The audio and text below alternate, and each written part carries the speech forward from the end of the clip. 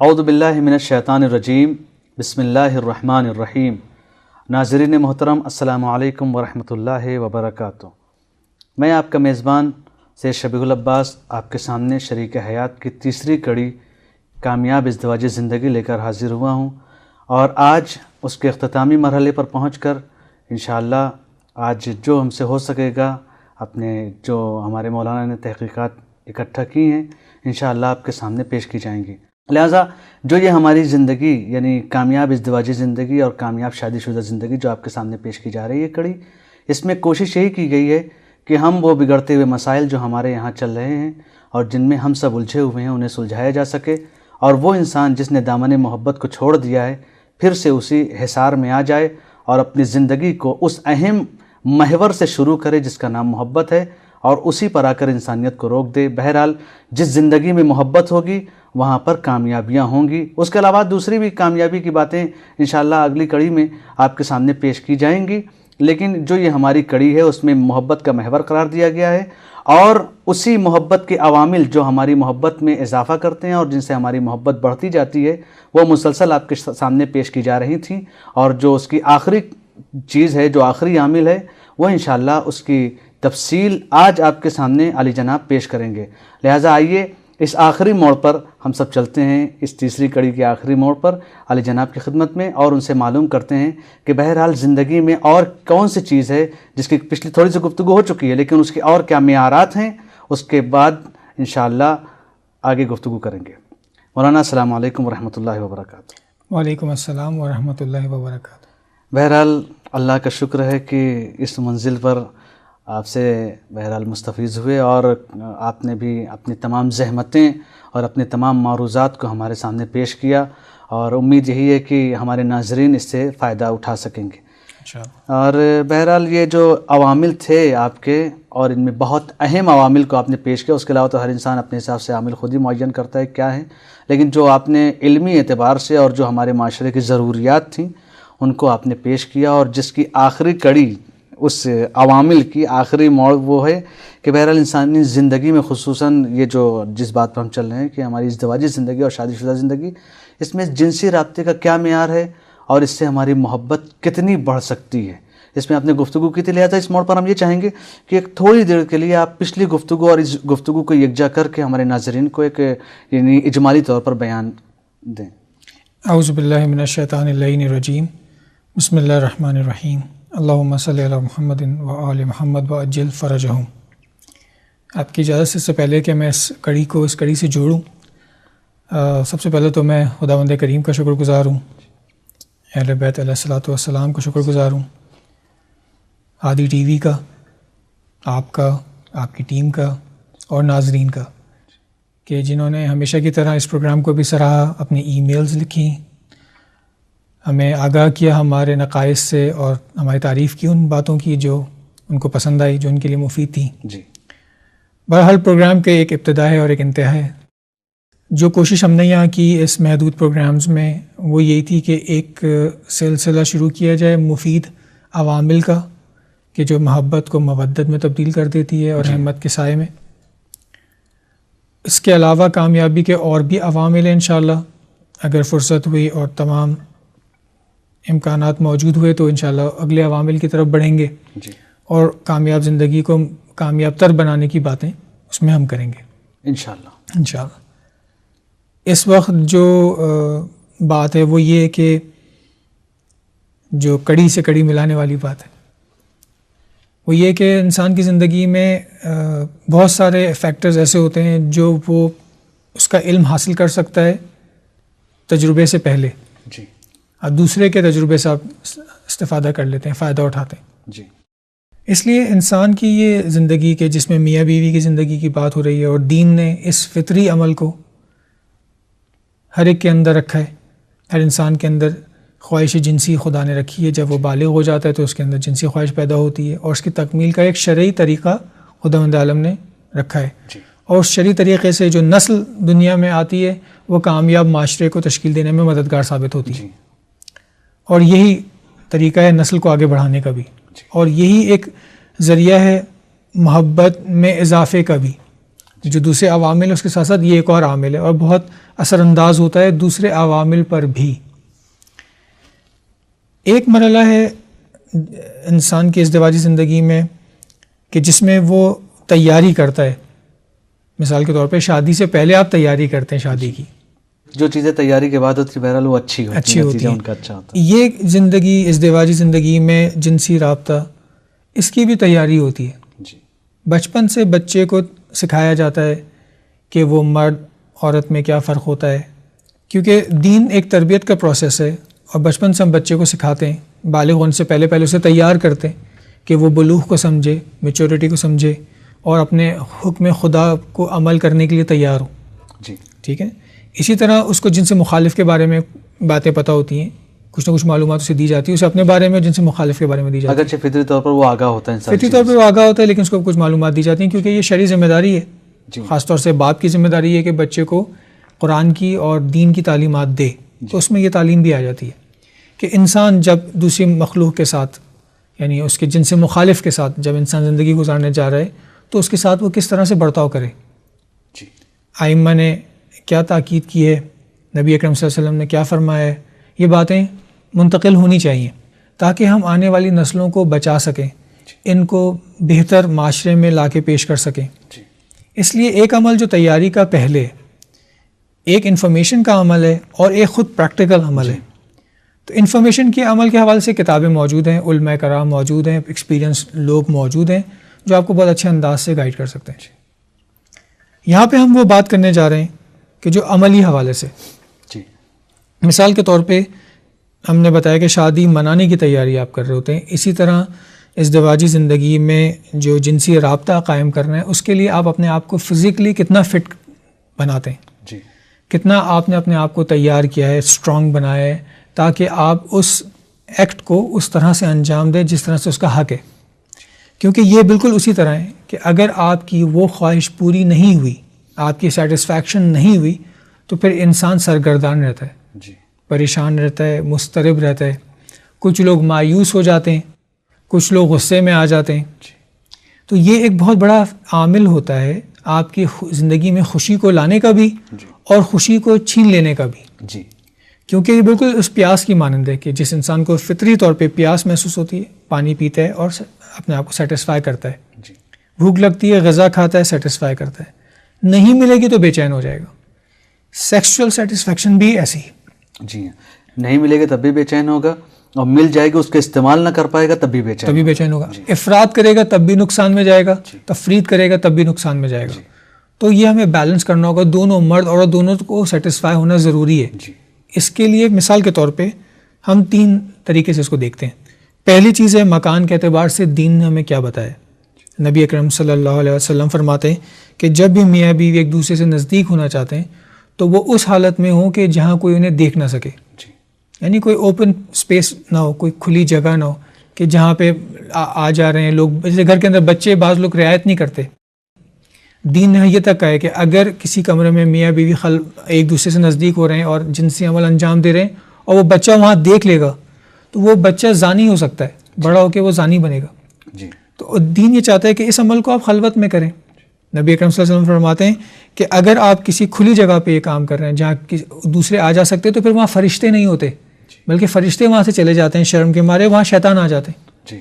اور اس عمل میں اگر نطفہ بھی ٹھہر جائے تو پھر بچے کے اندر شیطانت زیادہ پائی جاتی ہے. تو یہ احتیاط کرنے کی ضرورت ہے کہ آپ کو کوئی نہ دیکھے, آپ خلوت میں اس کام کو انجام دیں. یہ ہو گئی بات مکان کے اعتبار سے. اب ہم بات کر رہے ہیں زمان کے اعتبار سے. تو اس میں پوری مفصل ایک کیلنڈر ہے. مثال کے طور پہ گرمیوں اور سردیوں کے اوائل میں آپ یہ عمل انجام نہ دیں. اول مغرب کے نزدیک اس عمل کو انجام نہ دیں, یا طلوع فجر کے نزدیک اس عمل کو انجام نہ دیں. مڈ نائٹ میں اس عمل کو انجام دیں, یہ زیادہ بہتر ہے. رات میں انجام دیں, یہ سکون اور آرام کی اسٹیٹ ہے, اس میں یہ بہتر ہے, مستحب ہے. لیکن دوسرے عمل میں کرنا یہ مکروہ ہے, منع ہے, اس سے اولاد پہ اثر پڑتا ہے. تو یہ سب چیزیں موجود ہیں کتابوں میں, اس کو دیکھیں, اس کو پڑھیں, اس کو ایٹ لیسٹ اپنے ذہن میں رکھیں، کیونکہ بہت سارے بچوں کے ساتھ بہت سارے پرابلمز ہوتی ہیں اور پیرنٹس کو نہیں پتہ ہوتا. جی، اور یہ کوئی بری چیز بھی نہیں ہے اگر انسان حاصل کرنا چاہے ان چیزوں کو. جی بالکل بری چیز نہیں، اور یہ ضروری ہے. جی، یہ آپ کے زندگی کا ایک اہم حصہ ہے، خود انسان کی صحت سے مربوط ہے اور اس کے آگے آنے والی نسل سے مربوط ہے. جی، اور اس کی زندگی پہ اس کا اثر ہونے والا ہے، تو اس کو معلومات وہ حاصل کریں اس کو. جی. اچھا، اس کے علاوہ جو چیز میں یہاں لکھ کر لایا ہوں وہ یہ کہ امام حسن علیہ الصلوۃ والسلام فرماتے ہیں کہ اگر ماں باپ آرام اور سکون کی حالت میں، کہ جو اس کی پرائم ضرورت ہے وہ یہ کہ اگر ماں باپ آرام و سکون کی حالت میں نطفہ انعقاد پاتا ہے تو بچہ ماں باپ کی شکل کا ہوگا. جی، ٹھیک ہے. حتیٰ یہ تک فرمایا گیا ہے کہ ایک واقعہ ایک ریسرچ اسکالر نے لکھا ہے کہ ایک بلیک تھا، دونوں میاں بیوی بلیک تھے اور ان کا بچہ جو ہے گورا پیدا ہو گیا. جی. تو بہت پریشان ہوئے یہ لوگ کیسے ہو گیا. تو اس خاتون نے کہا کہ جس وقت نطفہ انعقاد پا رہا تھا تو میرے ذہن میں ایک گورا ہمارے شہر میں آیا تھا جس سے اس خاتون کی ملاقات ہوئی تھی، اس کا تصور وہ لے کر آئی تھی. جی. تو اس کی وجہ سے بچہ جو ہے وہ اس گورے رنگ کا پیدا ہوا. یعنی آپ کی سوچ کا اثر اتنا زیادہ ہوتا ہے. تو یہاں پہ یہ بات بتانے کی ضرورت ہے کہ شرائط زمان کے اعتبار سے یہ ہو گئے. جی. اب بات ہو رہی ہے انسان کی ذہنی کیفیت، روانی کیفیت، اس کی نفسیاتی کیفیت کے حوالے سے. جی. کیا وضو کی حالت میں ہو، آپ کے اندر کوئی بے چینی، کوئی اضطراب، کوئی پریشانی نہیں پایا جانا چاہیے. آپ آرام، سکون، خوشی کی حالت میں ہو، آپ کے ذہن میں اپنے لائف پارٹنر کے اچھے اسپیکٹس ہوں. جب آپ نطفہ انعقاد کرنے کی بات کر رہے ہوں تو آپ اپنے شوہر بیوی کی اچھی باتوں کو سوچے، اچھی چیزوں کو سوچے، بیوی بھی شوہر کے اچھے پازیٹیو پوائنٹس کو سوچے. غصے کی حالت میں نہ ہو، پریشانی کی حالت میں نہ ہو اس عمل کو انجام دیں، بلکہ اچھے ماحول، اچھے انوائرمنٹ میں اس کو انجام دیں. حتیٰ حدیث میں تاکید ہے، نبی اکرم صلی اللہ علیہ وسلم نے فرمایا کہ آپ خوشبو لگائیں، اچھا لباس پہنیں، دانتوں کو مسواک کریں. ٹھیک ہے، ایک خوشگوار انوائرمنٹ بنائیں، اور جتنی دیر بھی آپ پاس میں رہیں ایک دوسرے سے لذت حاصل کریں. اس کے پوری انوائرمنٹ ہے، اس کی پوری باتیں وہ آپ اس کو انجام دیں. تو یہ چیزیں انسان کے لیے ضروری ہیں کہ وہ انسان کو اس ریلیشن شپ کو اسٹرانگ کرتی جاتی ہیں اور اچھی بناتی، زندگی میں لطف آنے لگتا ہے اور بڑھ جاتی زندگی.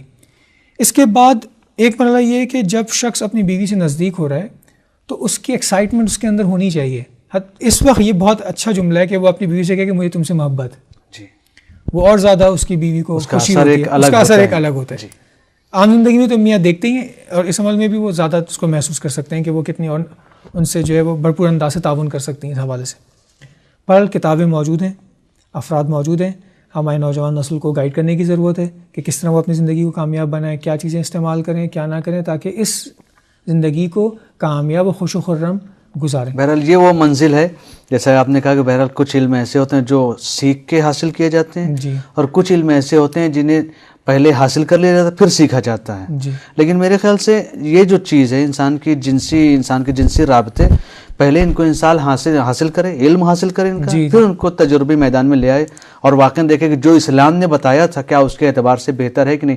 ایک سوال میں آپ سے، چونکہ میرے خیال سے وقت اتنا زیادہ نہیں کہ میں پوری بات کر سکوں، ایک سوال یہاں پر، چونکہ آپ نے پچھلی گفتگو میں جو بات کہی تھی وہ یہی کہی تھی، چونکہ یہ جنسی تسکین کی جو ہر انسان کے اندر ایک موجود ہے جذبہ، وہ یہ ہے کہ بہرحال فطری ہے ہمارا. جی. اور فطرت یہی ہے کہ جیسے ہی ہم جوان ہوتے ہیں اپنے جنس سے مخالف کی طرف، صنف مخالف کی طرف ہم راغب ہوتے ہیں. جی. لیکن آج جو زمانے میں ایک فطرت سے مقابلہ کیا جا رہا ہے، جی. میں یہ چاہوں گا بہرحال اس کا اصل ریشہ کہاں سے اور کہاں سے یہ چیزیں پنپ رہی ہیں؟ جی دیکھیں، ایک شیطانی عمل ہے، ٹھیک ہے. جی. شیطان کا آبجیکٹو بھی یہی ہے کہ انسان کو حقیقت سے منحرف کیا جائے. تو یہ ریشہ جو ہے یہ مٹیریلسٹک کانسیپٹ کا پیدا کرتا ہے. جی.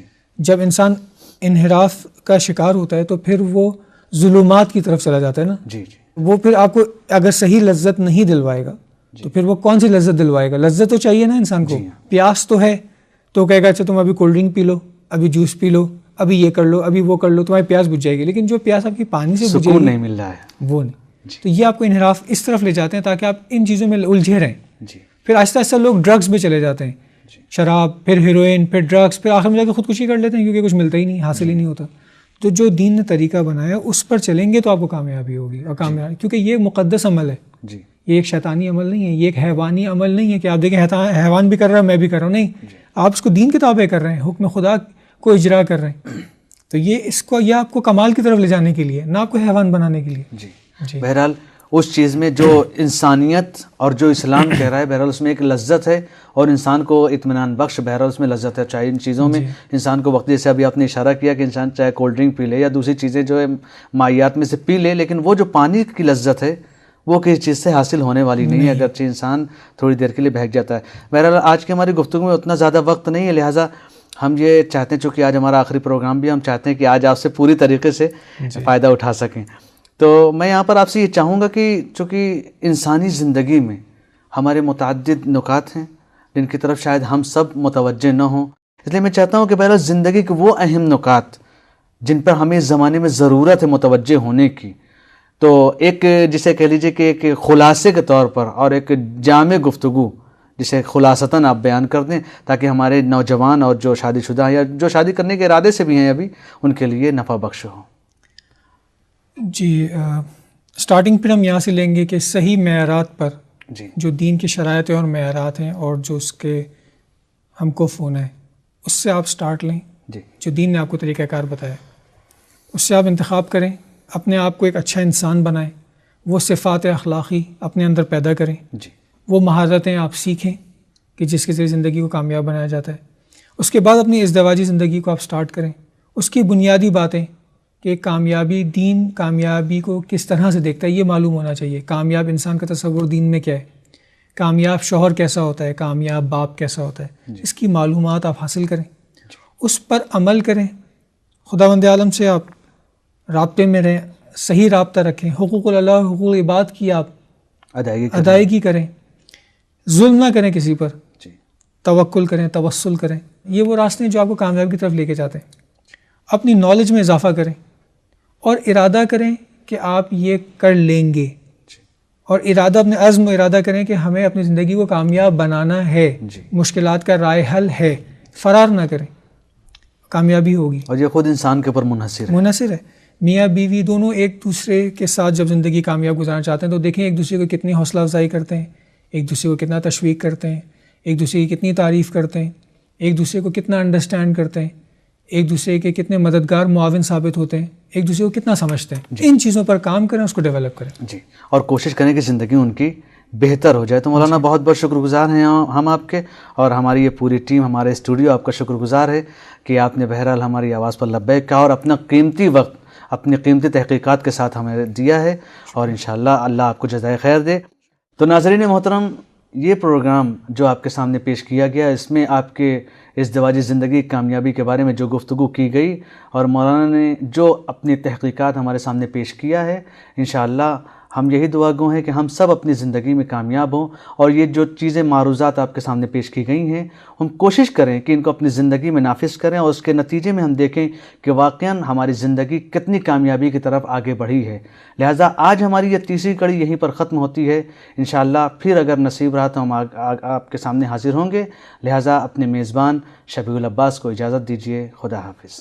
رہے ہیں اور جن میں ہم سب الجھے ہوئے ہیں انہیں سلجھایا جا سکے، اور وہ انسان جس نے دامن محبت کو چھوڑ دیا ہے پھر سے اسی حصار میں آ جائے اور اپنی زندگی کو اس اہم محور سے شروع کرے جس کا نام محبت ہے، اور اسی پر آ کر انسانیت کو روک دے. بہرحال جس زندگی میں محبت ہوگی وہاں پر کامیابیاں ہوں گی. اس کے علاوہ دوسری بھی کامیابی کی باتیں انشاءاللہ اگلی کڑی میں آپ کے سامنے پیش کی جائیں گی، لیکن جو یہ ہماری کڑی ہے اس میں محبت کا محور قرار دیا گیا ہے، اور اسی محبت کے عوامل جو ہماری محبت میں اضافہ کرتے ہیں اور جن سے ہماری محبت بڑھتی جاتی ہے وہ مسلسل آپ کے سامنے پیش کی جا رہی تھیں. اور جو اس کی آخری چیز ہے، جو آخری عامل ہے، اعوذ باللہ من الشیطان الرجیم، بسم اللہ الرحمن الرحیم. ناظرین محترم، السلام علیکم ورحمۃ اللہ وبرکاتہ. میں آپ کا میزبان سید شبیح العباس آپ کے سامنے شریک حیات کی تیسری کڑی کامیاب ازدواجی زندگی لے کر حاضر ہوا ہوں، اور آج اس کے اختتامی مرحلے پر پہنچ کر انشاءاللہ آج جو ہم سے ہو سکے گا، اپنے جو ہمارے مولانا نے تحقیقات اکٹھا کی ہیں انشاءاللہ آپ کے سامنے پیش کی جائیں گی. لہٰذا جو یہ ہماری زندگی یعنی کامیاب ازدواجی زندگی اور کامیاب شادی شدہ زندگی جو آپ کے سامنے پیش کی جا رہی ہے کڑی، اس میں کوشش یہی کی گئی ہے کہ ہم وہ بگڑتے ہوئے مسائل جو ہمارے یہاں وہ انشاءاللہ اس کی تفصیل آج آپ کے سامنے عالی جناب پیش کریں گے. لہٰذا آئیے اس آخری موڑ پر ہم سب چلتے ہیں، اس تیسری کڑی کے آخری موڑ پر علی جناب کی خدمت میں، اور ان سے معلوم کرتے ہیں کہ بہرحال زندگی میں اور کون سی چیز ہے جس کی پچھلی تھوڑی سی گفتگو ہو چکی ہے، لیکن اس کے اور کیا معیارات ہیں، اس کے بعد انشاءاللہ آگے گفتگو کریں گے۔ مولانا السلام علیکم ورحمۃ اللہ وبرکاتہ۔ وعلیکم السلام ورحمۃ اللہ وبرکاتہ۔ بہرحال اللہ کا شکر ہے کہ اس منزل پر آپ سے بہرحال مستفیض ہوئے، اور آپ نے بھی اپنی تمام زحمتیں اور اپنے تمام معروضات کو ہمارے سامنے پیش کیا، اور امید یہی ہے کہ ہمارے ناظرین طور پر بیان دیں۔ اعوذ باللہ من الشیطان اللعین الرجیم، بسم اللہ الرحمن الرحیم، اللہم صلی علی محمد و آل محمد وعجل فرجہم۔ آپ کی اجازت سے پہلے کہ میں اس کڑی سے جوڑوں، سب سے پہلے تو میں خداوند کریم کا شکر گزار ہوں، اہل بیت علیہ الصلوۃ والسلام کا شکر گزار ہوں، ہادی ٹی وی کا، آپ کا، آپ کی ٹیم کا، اور ناظرین کا، کہ جنہوں نے ہمیشہ کی طرح اس پروگرام کو بھی سراہا، اپنی ای میلز لکھیں، ہمیں آگاہ کیا ہمارے نقائص سے، اور ہماری تعریف کی ان باتوں کی جو ان کو پسند آئی، جو ان کے لیے مفید تھیں۔ جی، اس سے فائدہ اٹھا سکیں گے۔